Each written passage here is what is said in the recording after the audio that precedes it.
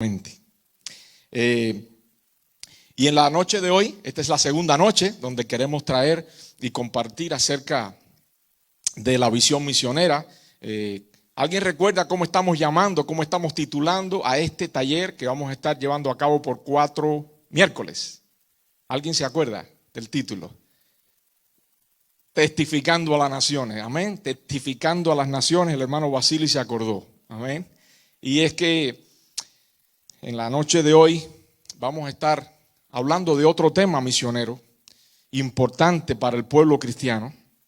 Y quiero usar una presentación de PowerPoint porque he aprendido que la mayoría de las veces lo que nos entra por aquí no sale por acá. Pero lo que entra por acá pues se queda, ¿verdad? No hay salida. Y quiero que pues quede algunas de estas imágenes en vuestra mente para que puedan orar y meditar. También vamos a estar aprendiendo algunas cosas interesantes acerca de las misiones modernas. ¿Por qué? Porque para llevar la gran comisión adelante hace falta mucho conocimiento. No. Vamos a ver aquí en el texto, si me puedes poner la primera presentación, la primera ventanita, mi hermano. Vamos a ver en el texto que apoya este taller, testificando a las naciones, Hechos 1:8. Y si los que se acuerden lo pueden repetir conmigo. Dice así: pero recibiréis poder cuando haya venido sobre vosotros el Espíritu Santo, y me seréis testigos en Jerusalén, Judea, Samaria y hasta lo último de la tierra. Lo único que hace falta para poder testificar es el poder del Espíritu Santo. Lo demás es adicional. Pero escuché a un misionero americano en una ocasión hablando en un congreso de hispanos y nos dijo algo que nos ofendió. Dijo: ustedes los latinos tienen tremendo corazón misionero, tremenda pasión, pero no están preparados. Necesitan capacitarse. Y ahí entendí que la capacitación no es lo fundamental para hacer las misiones, pero nos ayuda a ser más efectivos, a ahorrar tiempo y a desarrollar estrategias de alcance, ¿verdad? Así que esa es la idea en la noche de hoy. En los minutos que tenemos hicimos un cambio y al final vamos a tener el tiempo de oración para que oremos con conocimiento. Después que entendamos ciertas cosas de las misiones, es más fácil orar que si se las tiramos ahora, Maite, muchos no van a entender. Amén. Vamos a orar. Padre, gracias por esta noche. Gracias porque pudimos llegar hasta aquí. ¿Cuántos obstáculos, situaciones se nos ponen delante cada día que nos disponemos a llegar a tu casa? Pero tú te gozas en ver a tus hijos que llegamos acá sabiendo que hay una bendición especial cuando la iglesia se reúne a adorarte. Y es por eso que estamos en esta noche aquí. Bendice a nuestros hijos allí en Aguana, aprendiendo la palabra. Y ayúdanos hoy a entender cosas que necesitamos saber para ser efectivos en la misión. Abre nuestras mentes, nuestros corazones y permite que puedan muchas cosas quedar allí para meditar y rumiar después, y que tu Espíritu Santo también las pueda interpretar para nosotros. Te damos gracias por los hermanos que han llegado. Te damos gracias por estos talleres que sabemos que han sido inspirados por ti para que nuestra iglesia se movilice y contagie también a otras iglesias, porque te lo pedimos en el nombre de Jesús. Amén. Gracias, mi hermano. La primera, ¿alguien me puede decir en español cómo se llama eso? Se me olvidó. La primera diapositiva. Gracias, hermano Calvo. Calvo de apellido, no Calvo de... la primera diapositiva dice: alcanzando los no alcanzados. Y voy a estarme guiando por esas diapositivas que las presenté en estos días. Y tengo que decirle, una muchacha que los ama mucho a ustedes fue la que me ayudó a prepararla. Ana Isabel Romero, una muchacha en México. Le comenté: estoy haciendo esto. Como tú eres diseñadora, usted trate de involucrar a mucha gente y a un equipo para bendecir y también usted ser bendecido. Y esta hermana perdió a su madre en estos días, una misionera por 60 años, y pues ella estaba deseando hacer algo así. Así que fue un apoyo y les manda saludos y quizás nos está hasta viendo en esta noche. Testificando a las naciones, hablamos de Hechos 1:8. Seguimos. Ese es un texto insignia de las misiones, pero el texto lema de las misiones es Mateo 28, 19 y 20, que todos lo conocen como ¿qué? La gran comisión. Así que vamos a leerlo todos al unísono. Y dice así: por tanto, id y haced discípulos a todas las naciones, bautizándolos en el nombre del Padre y del Hijo y del Espíritu Santo, enseñándoles que guarden todas las cosas que os he mandado.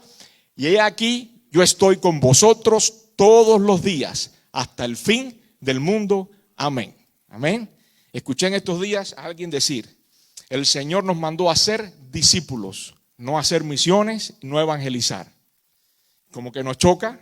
Y él decía también: es muy probable que los que implantan iglesias muchas veces no hagan discípulos, pero si hacemos discípulos, la iglesia está garantizada. Qué tremendo, ¿verdad? Y son cosas que tenemos que llevárnoslas y empezar a rumiarlas, porque hay mucho de verdad en eso.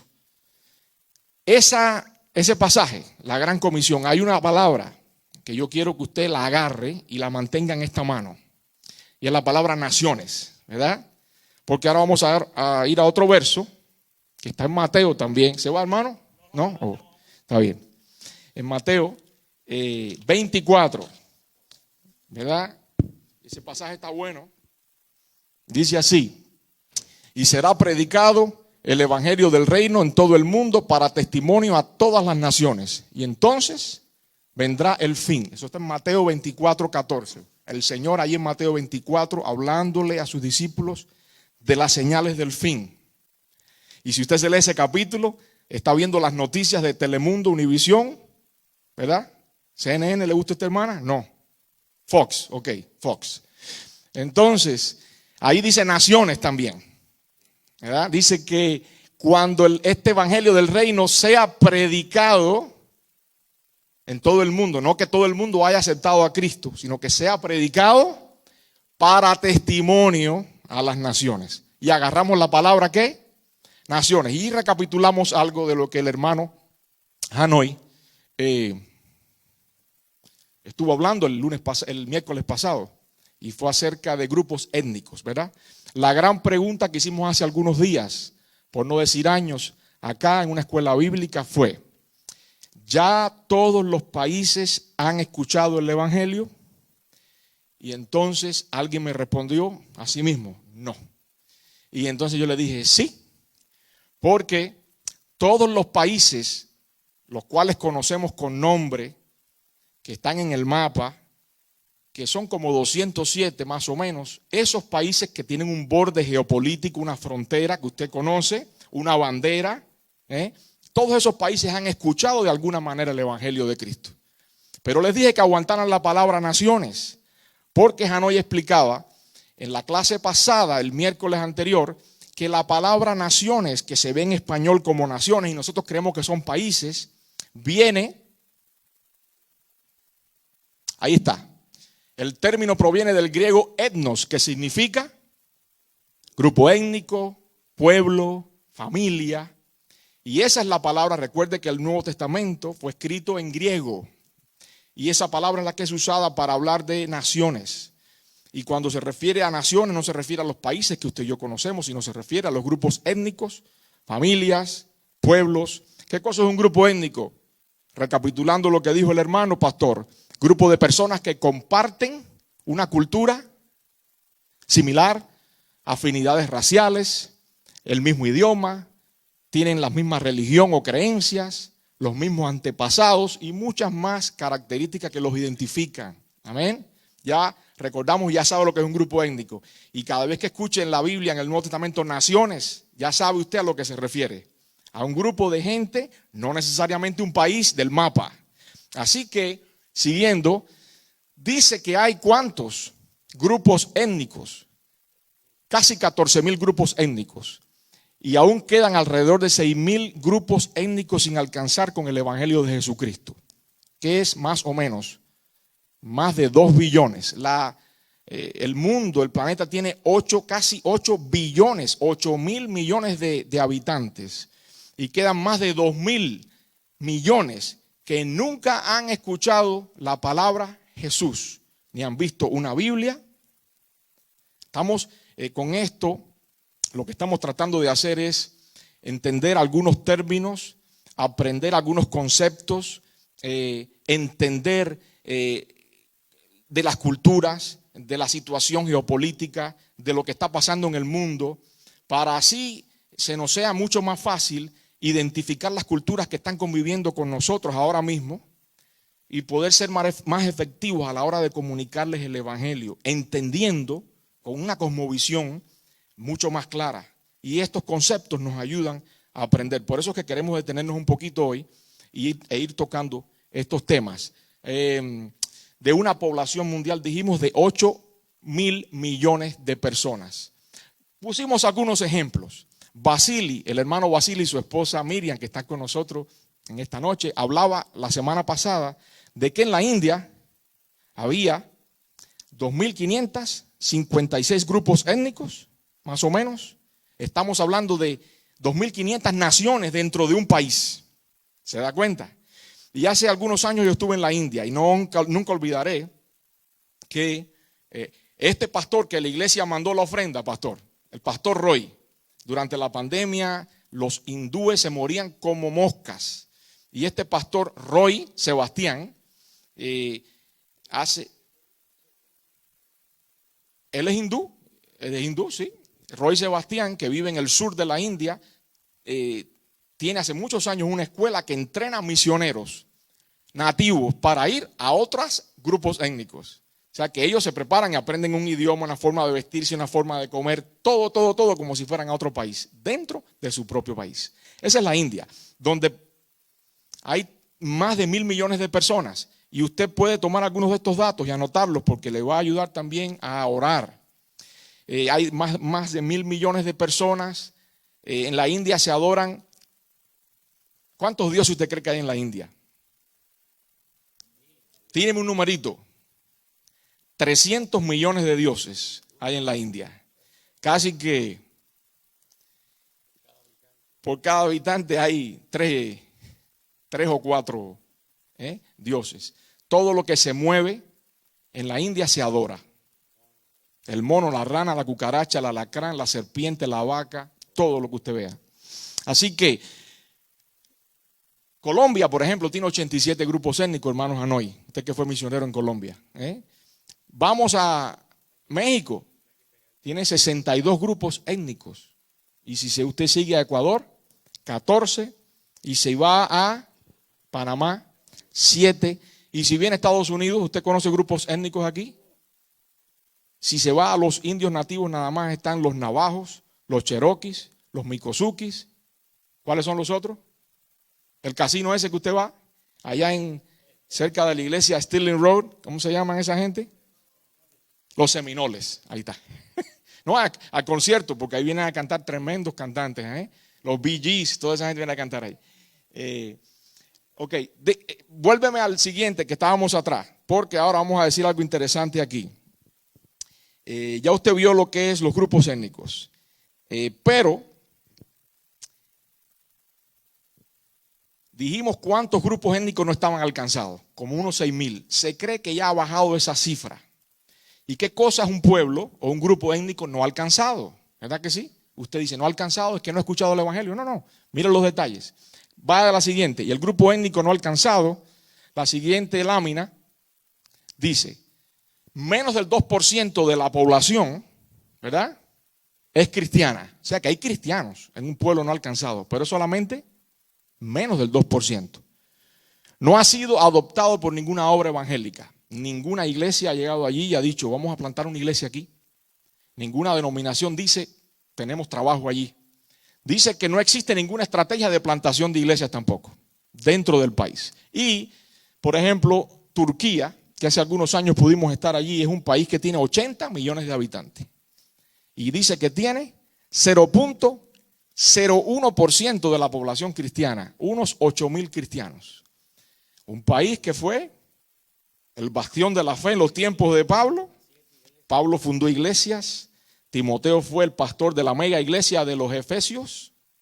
Y el Señor envió 7 cartas a 7 iglesias del Apocalipsis, ¿verdad?, que están allí en esta zona que es Turquía, que era la antigua Asia Menor.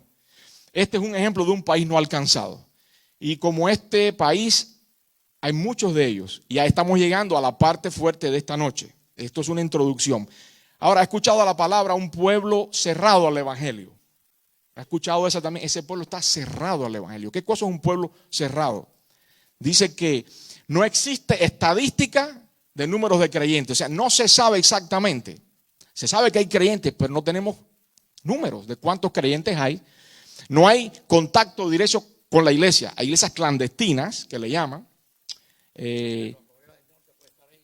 Y ahí vamos. Y no se sabe nada de esa gente. La Biblia es prohibida leerla y distribuirla. ¿Ok? Y es prohibido por la ley del país ser cristiano y se castiga con la cárcel o muchas veces trabajos forzados y hasta la pena de muerte. Eso es un país cerrado. Y ahí les puse algunos ejemplos de países cerrados al evangelio. ¿Como cuál? Irán, Corea del Norte, Eritrea y Afganistán. Por cierto que de ellos hay 2 comunistas y 2 musulmanes. Eritrea y Corea del Norte son países comunistas y Afganistán e Irán países musulmanes. Esos son pueblos cerrados al evangelio. Continuamos. ¿Dónde están la mayoría de los pueblos alcanzados y cerrados? No alcanzados, perdón, y cerrados. Eso que hay ahí, ¿qué cosa es? Una ventanita. Se los diseñé en forma de ventana para que no se le olvide. Porque hablamos de este término, pero no entendemos bien qué quiere decir ventana 1040, ¿verdad, hermana? Y mucho menos para orar por eso. Se los puse como una ventanita, porque una ventana en su casa, ¿para qué usted la usa? Para mirar hacia afuera, ver un paisaje o espiar al vecino. Usted puede ponerle, ¿verdad?, lo que usted quiera a la ventana. Pero ese término de ventana 1040, y ahora les voy a explicar por qué es la ventana 1040, la acuñó un hermano argentino criado en este país llamado Luis Bush. Este hermano fue presidente de Comibam, la Cooperación Misionera Iberoamericana, por muchos años. Y Luis Bush, en un congreso de misiones en el año 90 en Brasil, dijo que esta zona del mundo se llamaba la ventana 1040. Ahí está. Ventana 1040. Usted se pone frente al mapa. ¿Ve? ¿Usted ve un rectángulo que hay ahí? Bueno, si usted se pone sobre la línea del Ecuador, el Ecuador divide el hemisferio norte del hemisferio sur. Usted se pone sobre la línea del Ecuador 10 grados al norte. Entre los 10 y los 40, ese espacio, partiendo de la costa oeste de África, aquí a mi izquierda, ese rectángulo hasta el final, allá en Japón, ese rectángulo abarca un grupo de 52 países, que son los países no alcanzados, y ahí están los cerrados también al evangelio, y por eso se le llama la ventana 1040. Ya usted, cuando le hablen de ese término, usted no ignora, usted conoce. Y usted escucha, vamos a orar por la ventana 1040. Y usted sabe que no es la ventana de nadie. Es la ventana misionera de los pueblos no alcanzados por el evangelio de Jesucristo. Y usted ora con entendimiento. Pero vamos a seguir aprendiendo, porque usted va a saber qué países hay ahí, las características de esos países. Y eso le va a ayudar a orar con dolor en su corazón y con carga. También este hermano, Luis Bush, y esto es un paréntesis, él acuñó una frase también, la ventana 414, y aunque no tiene que ver mucho con esta, pero es una ventana misionera que tiene que ver con Aguana. Y la ventana 414 no es una ventana demográfica, demo de gente, gráfica de geografía, es la que vimos. La ventana, la 414 es una ventana generacional que abarca la edad de los 4 a los 14 años. Esa ventana es la ventana que la iglesia tiene que aprovechar para sembrar la semilla en los corazones de los niños. Dicen que los muchachos que escuchan el evangelio entre los 4 y los 14, aunque se alejen en el futuro, volverán al Señor, porque esa semilla cayó en tierra limpia, sin ningún tipo de piedras, ni tampoco hierbas, y por lo general nuestros hijos, cuando conocen al Señor en esa edad, es muy difícil que se aparten de Jesús. Por eso esa ventana la persigue tanto el enemigo. Y usted ve a los grupos homosexuales, y usted ve los comunistas, y usted ve los nazis, y usted ve los gobiernos tratando de controlar la ventana. Las broncas que hay en nuestro gobierno hoy en día son por esa ventana. Nos quieren meter la ideología de género a los niños de la ventana 414, ¿verdad que sí? En Cuba le quieren meter ¿A quién? Al Che por la cabeza. Y entonces el gobierno quiere controlar a los hijos y que los padres no tengan autoridad sobre ellos. ¿Se da cuenta? Quieren hasta que los niños se hagan abortos sin contar con los padres. Cosas así. Porque el diablo sabe que esa ventana es fundamental. Y la iglesia ni por enterada se da muchas veces que esa es la ventana donde más hay que invertir en recursos, en tiempo, en personal. Porque si hacemos un buen trabajo en esa ventana, es muy probable que la generación se salve para Cristo. Amén. Entonces esa ventana era un paréntesis, la 414. Y era una ventana, dijimos que, de generacional. Ahora, ambas ventanas, sobre todo la 414, está ligada al tiempo. A un reloj de arena que se nos va el tiempo y la perdemos. Esta ventana 1040 está abierta en el mapa y lleva cientos de años abierta, pero eso no quiere decir que el tiempo no esté corriendo. Y los países que están dentro de la ventana, sí se está cerrando la ventana para muchos de ellos. Por ejemplo, vamos a seguir. Perdón, regrésate porque no dije esos detalles de los pueblos no alcanzados. Son los países más pobres, esos 52 países son los países más pobres. La mayor densidad de población, de los 8 billones de personas que hay en el planeta, casi 4 billones viven allí. La mitad del planeta vive allí y el 70% de esa población es menor de 35 años. Quiere decir que son jóvenes. ¿Se da cuenta? 3 billones de esos son jóvenes. Las más grandes religiones del mundo están allí. Ahí está el bastión de Satanás, ahí está la idolatría, ahí está las falsas religiones viven allí. El hinduismo, el budismo y el islam. Y por supuesto son los países menos evangelizados. Qué coincidencia que los países menos evangelizados son los más pobres y los más idólatras y los que más paren. Los que más paren. Y los que más paren. Usted se ha dado cuenta que las colonias, o sea, el evangelio de Cristo trae prosperidad. Y no estamos hablando de la doctrina de la prosperidad, pero aquí todo el mundo sabe que el evangelio de Cristo trae luz, trae éxito, prosperidad, salud, bendición en todos los ambientes, económicos, morales, educacionales, intelectuales, lo que usted quiera. Fíjese si es así, que fíjense en las colonias que tenemos acá en Latinoamérica y en el Caribe. Los países que fueron colonias de países como Inglaterra, Holanda, Francia, usted los oye en las noticias. Usted oye que están en crisis económica, en guerra, en corrupción, en esto, en aquello. Usted no oye a las Antillas holandesas en problemas, ¿verdad que no? Usted no oye a las islas británicas de la corona en problemas. Usted oye a quién. Inclusive en Centroamérica, el único país que fue colonia de los británicos fue Belice. Usted no oye a Belice en las noticias, pero todo el cinturón desde México hasta abajo, eso es candela por todos lados. Bronca, todo el mundo huyendo, buscando comida. Allí, la delincuencia, las guerrillas, las pandillas, los presidentes corruptos, porque eran y fueron colonias de España, ¿verdad? Y España e Italia son los países más arruinados que hay en Europa. ¿Cierto o no, hermano Basili? Porque trajeron a Latinoamérica una fe falsa. Pero las colonias de la Reforma,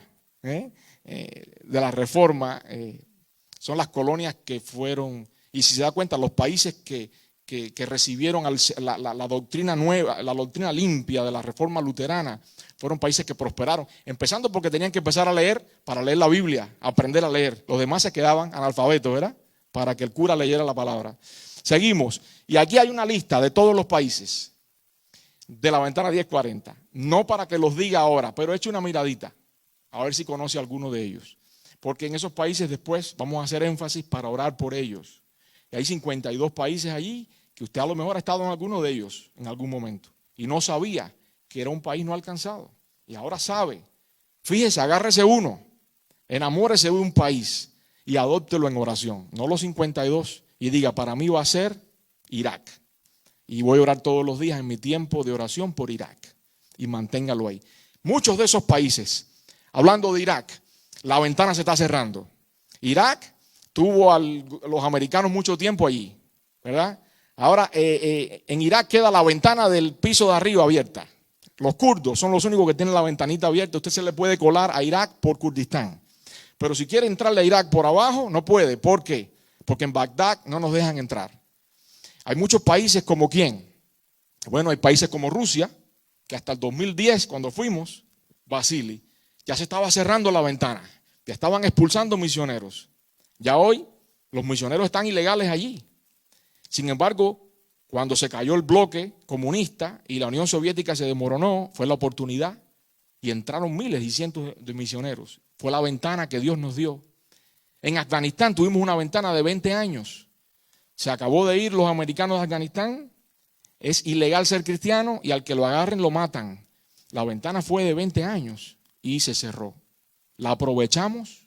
Escuchaba hablar de que MacArthur, cuando terminó la Segunda Guerra Mundial, él lo declararon como el gobernador de Japón y dijo: necesito que todos los misioneros que puedan venirse a Japón vengan y todas las Biblias que puedan traer, traigan, y hasta de su dinero compró miles de Biblias. Dijo, porque el tiempo que estemos aquí va a asegurar que Japón sea un país diferente y por cada Biblia que entre es muy seguro que un americano regrese a casa. Qué visión. Pero se cerró la ventana de Japón. Gracias a Dios que Japón está abierto. Hay misioneros y por las relaciones que hay con nosotros acá, pues todavía esa ventana está abierta. Seguimos a la próxima. Esa está buena, esa que viene ahora. ¿Verdad que sí? ¿Por qué? Bueno, porque de esas religiones que estuvimos hablando, están en nuestra ciudad, están en Miami-Dade. ¿Cómo así? Esa ventana 1040 ha venido a nuestro patio trasero y están llegando gente de todos esos países buscando refugio acá, por economía, por guerras, por la pandemia, por mejores oportunidades, lo que a usted se le quiera ocurrir. Y en esta ciudad tenemos, dice que hay, Israel es un país de la ventana 1040, ¿usted sabía eso? Israel es un país que tiene poquititos cristianos. Hay muchos judíos, pero no son cristianos. No son cristianos. Ahora, déjame eso ahí, porque hay algo importante que yo olvidé decir de la ventana 1040. Y es que para los cristianos y para la iglesia, esa ventana tiene mucha... Regrésate a la presentación de la ventana 1040, porque hay algo allí, un término que yo puse y no lo discutí. Regresa a la anterior, antes, ahí está. Y usted ve que dice importancia bíblica e histórica. Usted sabía que en esa ventana estuvo Adán y Eva y el huerto del Edén. Usted sabía que en esa ventana fue la caída del hombre. Usted sabía que en esa ventana fue el diluvio. Usted sabía que en esa ventana se edificó la torre de Babel. Y los pueblos se unieron para desafiar a Dios. Y en esa ventana surgieron los idiomas. Y en esa ventana se desparramaron las naciones. Y se formaron las naciones. En esa ventana la civilización nació, comenzó. En esa ventana en Mesopotamia surgieron los imperios. En esa ventana surgió el pueblo de Israel. En esa ventana Dios tuvo trato con el pueblo de Israel y con la humanidad. En esa ventana vino Jesucristo. Nació, murió y resucitó. Gracias. Esa ventana, Cristo va a volver a venir a esa ventana y va a poner su pie en el monte de los olivos. Esa ventana es importante para la iglesia y para los cristianos. Y tiene que ser prioridad, porque en esa ventana nació la iglesia en Jerusalén. La iglesia nació allí.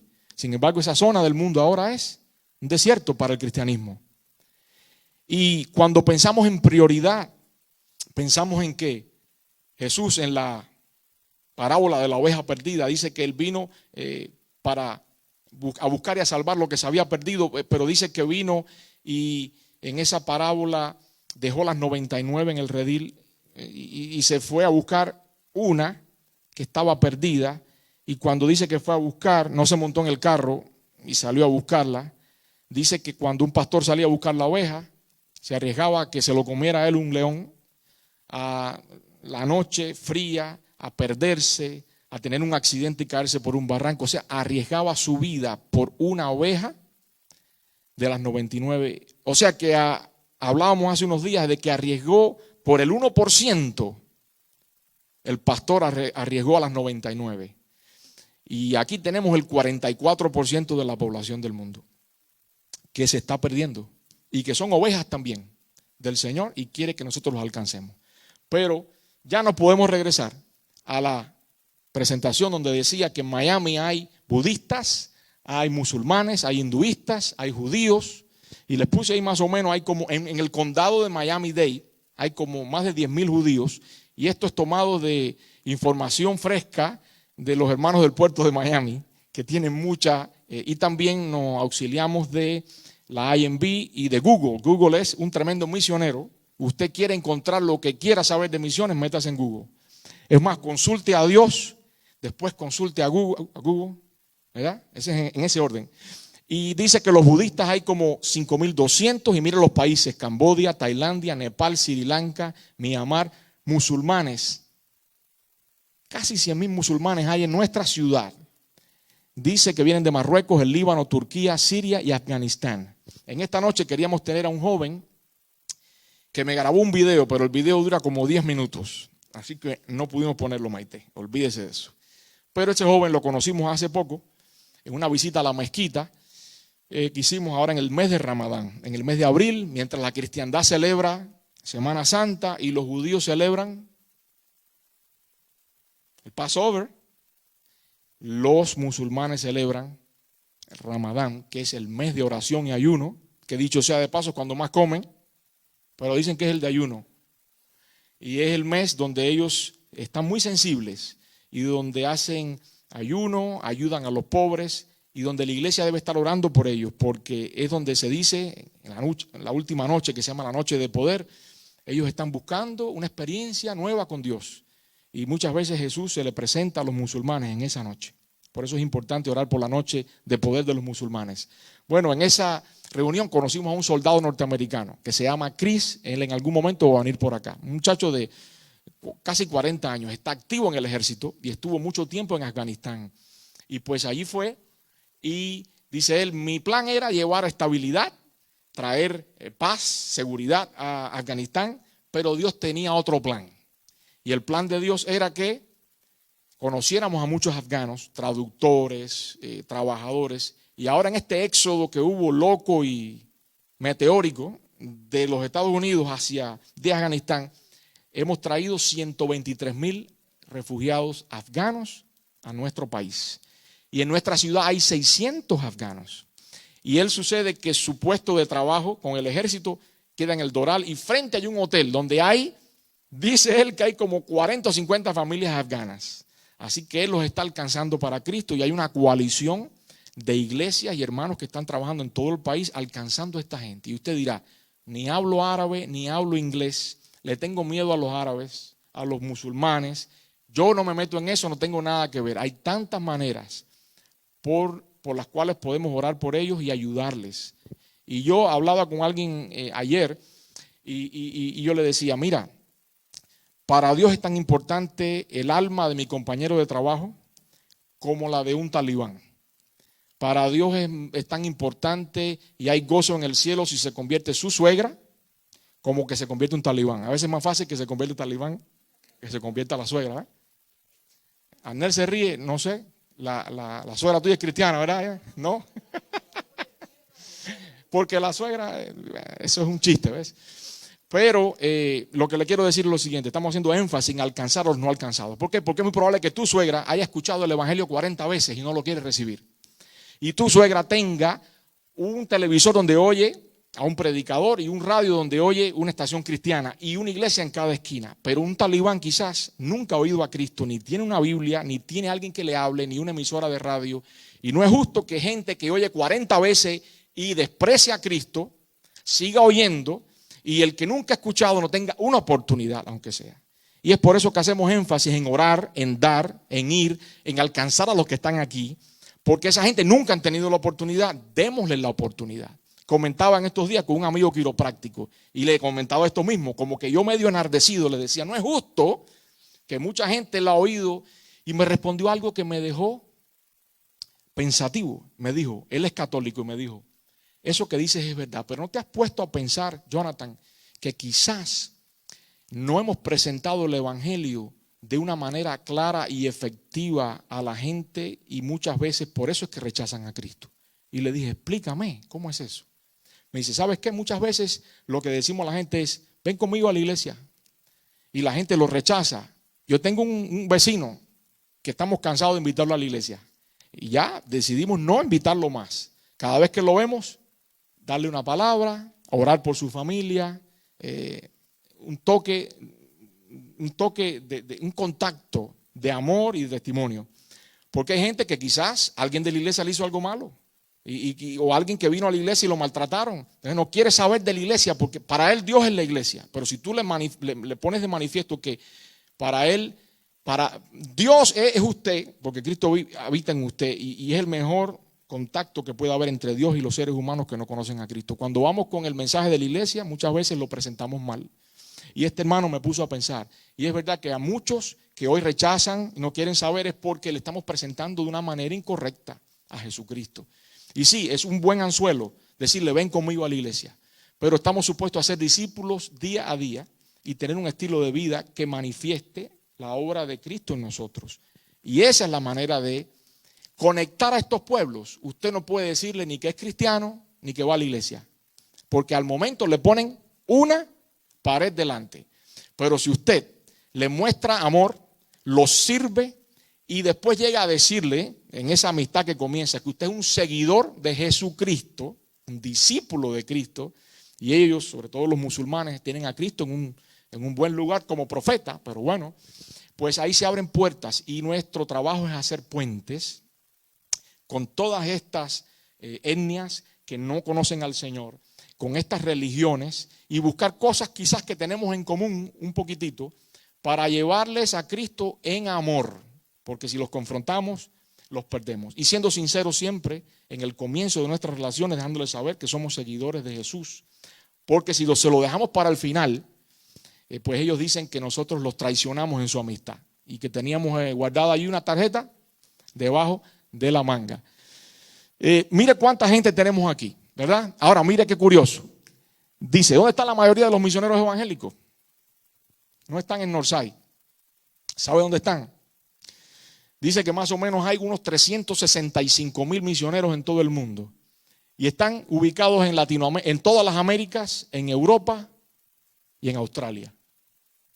Solamente un 5 a 6% están en la ventana 1040. O sea que en el mundo cristianizado están todos, porque hay más comodidad, aire acondicionado, es más fácil la cosa, no me cortan la cabeza, ¿ves? Pero solamente el 6% está metido, así que como unos 25,000 misioneros están metidos solamente en la ventana 1040. ¿Hay que orar o no hay que orar por los misioneros que vayan a la ventana 1040? Pero es que la ventana 1040 ha venido a nosotros. Maite, todavía tenemos tiempo. Ok, me asusta porque me está mirando el reloj. Ese síndrome de Carmelo se pasa, claro. Entonces, mire, Maite, eso era un chiste y con usted puedo jugar. Lo que pasa es lo siguiente. ¿Sabía usted también qué porcentaje usted cree de las ofrendas de las iglesias, y Northside no está incluida ahí?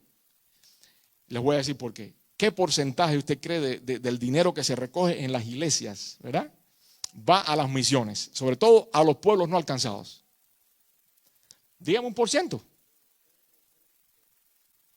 Y te fuiste por encima, 0.5. O sea que de $10 que se recoge, 5 centavos van a las misiones.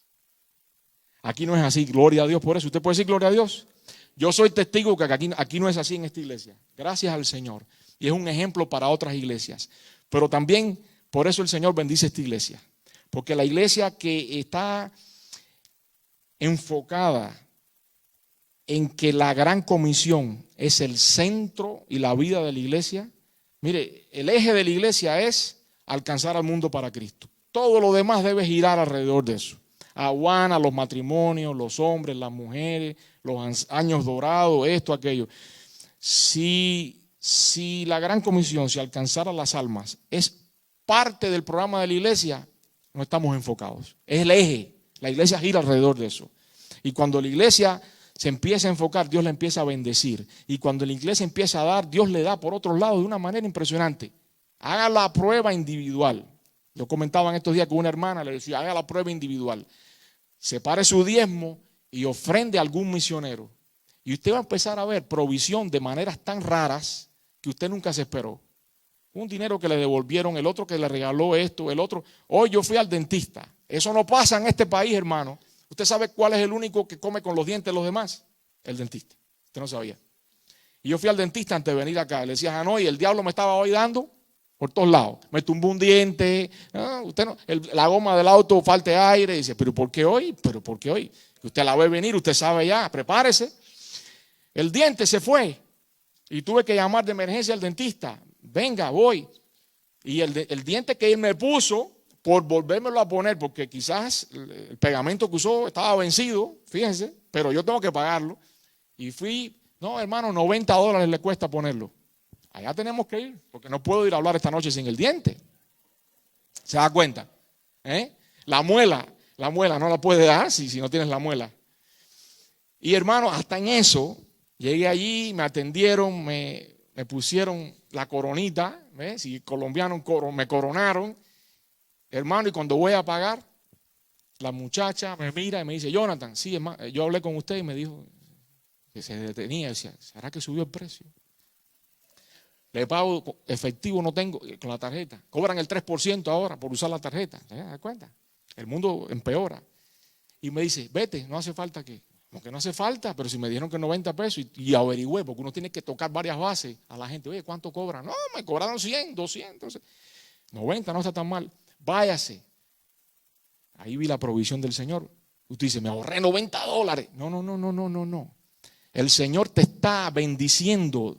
A veces para que tú no te gastes, pero es para que lo inviertas en el reino, lo reinviertas en el reino. No, vamos a celebrar ahora que la corona no me costó nada. No te tomes una corona.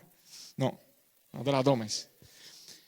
Reinvierte la ganancia de tu inversión. El Señor te la da por tantos lugares. A veces te devuelve. Reinviértela y reinviértela en el reino. Y sobre todo, enfócate en buscar lugares donde tú puedas. Otra gente dice sembrar, ¿verdad? Donde tú puedas sembrar en buena tierra, donde hay necesidad y donde no por interés, sabiendo que el Señor te va a recompensar. Y eso no falla, eso es una fórmula, no es mágica, es divina. Divina, y usted lo puede experimentar en lo personal, y esta iglesia lo ha experimentado. Seguimos con los misioneros de la ventana 1040. La próxima, ya vamos a acabar. La próxima, hermano, no me deje así. Ok. Lucas 10:2. ¿Qué decía ahí en Lucas 10:2? ¿Alguien se acuerda? Ajá. Y él les decía, la cosecha es grande o la mies es mucha, pero los obreros son pocos. Así que oren al Señor de la mies, que está a cargo de la cosecha, que envíe obreros. Y dice que cuando Cristo dijo esas palabras, en el mundo existían como unos 150 millones de personas. Hoy hay 8.000 millones de personas. ¿Será más grande la cosecha? Y escasean más los obreros. Y les dejo esto para que cuando oren en un ratito se recuerden. Lucas 10:2. Si usted a las 10 de la mañana y a las 10 de la noche se detiene un minuto y ora por eso, es Lucas 10 2 veces. Lucas 10 2 veces. ¿Verdad? Lucas 10 2 veces. Es una fórmula buena para acordarse. Todos los días, 10 de la mañana, 10 de la noche, oro por obreros que vayan a los pueblos no alcanzados. Amén. Gracias, Señor. Cortita. Seguimos. Esa me gusta tanto. La Coca-Cola me hace daño. Y sobre todo la gente que llega a este país nueva, le da mucho a la Coca-Cola. Pero le daña el estómago y lo pone gordo, hermano. Entonces, evite acercarse a la Coca-Cola. Pero la Coca-Cola ha tenido el éxito que ha tenido porque hace 100 años el CEO, el presidente de la Coca-Cola se paró y dijo, nuestra meta es que el mundo entero pruebe y tenga acceso a la Coca-Cola. Y hace 100 años de eso. Y hoy el 98% de la población mundial ha probado la Coca-Cola, la compra, la gente la compra, no sé cómo, aunque no pueda. En África, en el medio de la selva, hay un timbirichito y allí venden Coca-Cola. Pero sin embargo, el presidente de la iglesia, el CEO de la iglesia, hace 2000 años dijo, en Mateo 28, id y hacer discípulos a todas las naciones. Y dice que hoy el 35% de la población es cristiana. Quizás un porcentaje más ha escuchado, pero queda un 40%, un 50% que no conoce y muchos que jamás han escuchado ni la palabra Jesús. ¿Y qué pasó? Es mejor la Coca-Cola que el Evangelio de Jesucristo. Es mejor el presidente de la Coca-Cola que el presidente de nuestra fe, que es Jesús. ¿O son los vendedores de la Coca-Cola los que nos ganaron a nosotros? Porque la Coca-Cola hace algunos años sacó una campaña, hizo una propaganda, que es esa que usted ve ahí. ¿Usted se acuerda cuando las latitas de Coca-Cola decían el nombre de alguien? Decía, comparte, decía, share a Coke with, y muchas decían, share a Coke with a friend. Comparte una Coca-Cola con un amigo, que compras una Coca-Cola y se la regalaras a alguien. Oye, esa gente nos robaron la estrategia. Sin embargo, la misma estrategia fue la que nos dio Jesús. La misma estrategia. Comparte a Jesús. Perdón, dice, share Jesus with a friend. Comparte a Jesús con un amigo. Es con uno solamente, ¿verdad? Y si lo hiciéramos, yo creo que hubiésemos sobrepasado ya la estrategia de la Coca-Cola. Estrategias del mundo que tienen éxito y sin embargo la iglesia que tiene el Espíritu Santo, y lo único que hace falta, a veces nos damos cuenta que queda mucho por hacer. La tarea está inconclusa. Entonces, pastor, quizás tenemos que dar Coca-Cola aquí a la gente. El próximo, escuche eso. Hace algún tiempo leí un libro de un pastor, John Piper, se llamaba Alégrense las Naciones. Y hay algo que me impactó mucho de ese libro. Él decía, las misiones existen porque no hay adoración universal. La adoración es el objetivo último y no las misiones. Porque Dios es la realidad última, no el hombre. Cuando esta era se acabe y los millones de redimidos se postren ante el trono de Dios, las misiones dejarán de existir. La misión es una necesidad temporal, pero la adoración permanece para siempre. Las misiones se van a acabar, pero por ahora tienen que estar presentes porque la adoración a Dios no es universal. No es universal. Pero en el cielo, decía Juan Luis Guerra, que no hay hospital, pero tampoco hay misiones. En el cielo hay solamente adoración. Como dice en Apocalipsis, de toda lengua, de toda tribu y de todo grupo étnico van a estar allí delante del trono adorando al Cordero. El próximo, hermano, regréseme porque eso es de Maite, no se lo puedo robar. Ahora, hace un rato yo hablaba de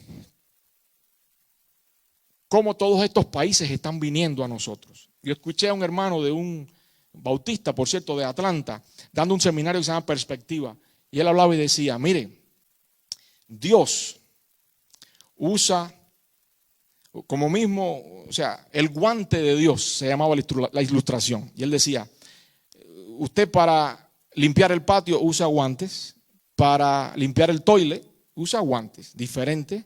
Para jugar pelota usa guantes, diferente. Para ir al quirófano, el doctor usa un guante diferente. Deme otro ejemplo de guante, hermana. Jugar hockey usa un guante y así. Dice, Dios se cambia de guante constantemente. Usa el guante de las guerras para atraer la gente a Jesús. Usa el guante de las pandemias para atraer la gente a Jesús. Usa el hambre de los desastres naturales. Usa el hambre, el guante, y así empezó a decir. Y yo decía, es increíble, Dios usa el guante para atraer a los hombres a Jesús. Y los movimientos y la inmigración y la economía y el hambre. Y Dios en estos momentos está usando el guante de la guerra y el guante del COVID-19. Y va a venir el guante de la hambruna.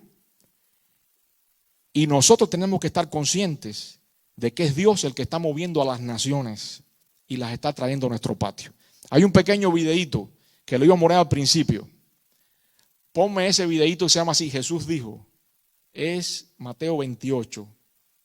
Y después vamos a escuchar una canción y meditemos en ella.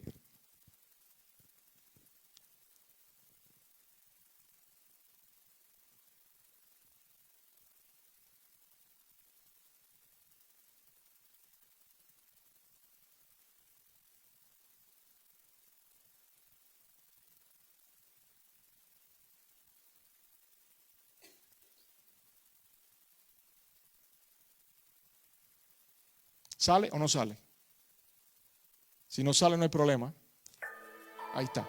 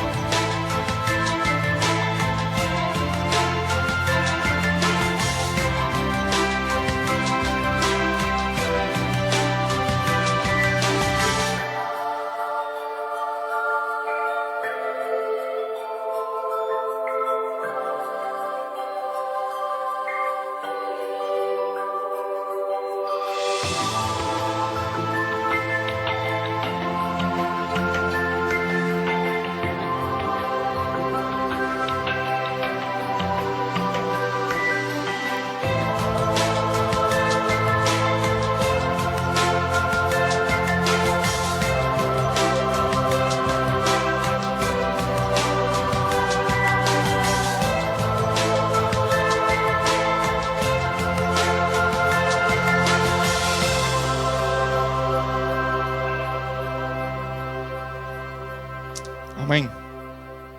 Qué tremendo mensaje. No hace falta comentarlo. La ventana está abierta y está abierta en Miami. La ventana 1040 está aquí. Tenemos todas esas religiones, todos esos países viviendo entre nosotros.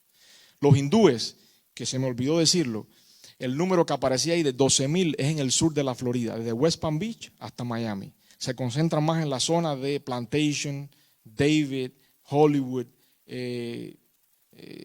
Fort Lauderdale.